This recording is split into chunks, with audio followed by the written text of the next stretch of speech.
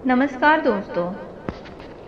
सर्दियों में ज़रूरी है कफ से बचाव। जानिए क्या खाएं और किन चीज़ों से रहें दूर।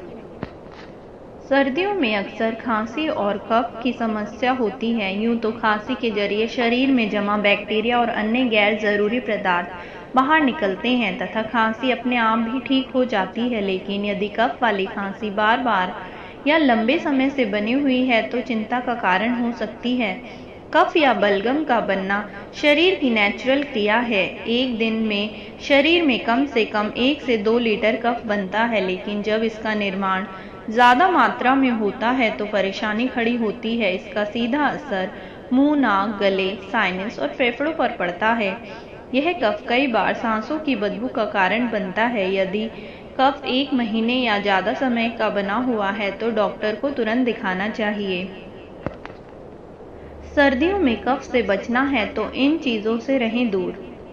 दूध कफ को बढ़ाता है। खासतौर पर रात के समय दूध पीने से कई लोगों को खांसी और कफ की समस्या रहती है। इससे बचाव का तरीका है हल्दी।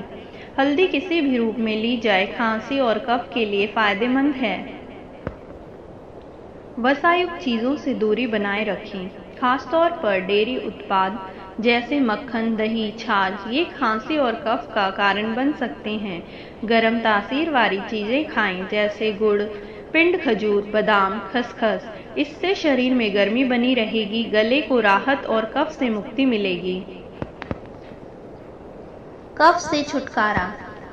कफ से छुटकारा पाने का सबसे सही तरीका शहद है।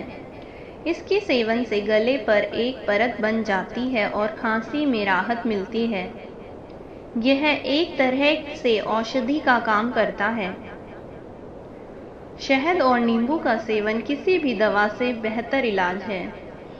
अदरक, सौंठ और तुलसी कफ के रामबाण इलाज हैं। इन्हें किसी भी रूप में डाइट में शामिल करने पर फायदा होता है। काली मिर्च का पानी खांसी और कफ का जांचा परखा इलाज है। 15-20 काली मिर्च को 2 कप पानी में उबालकर इस पानी को शहद मिलाकर पिया जाए तो फायदा होता है।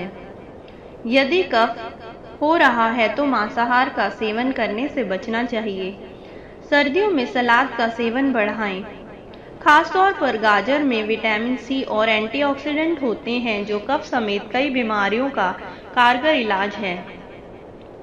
सुबह और रात में नमक वाले गर्म पानी से गरारे करने से गला साफ होता है। जिन लोगों को कफ की समस्या अधिक है वे ठंड से दूर रहें।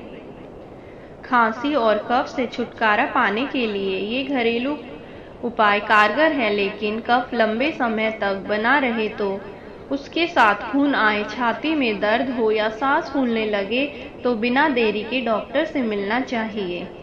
तो ये थी जानकारी आज के लिए। इसी तरह की जानकारी फिर लेकर हाजिर होंगे। तब तक के लिए नमस्कार। स्वस्थ रहें, खुश रहें।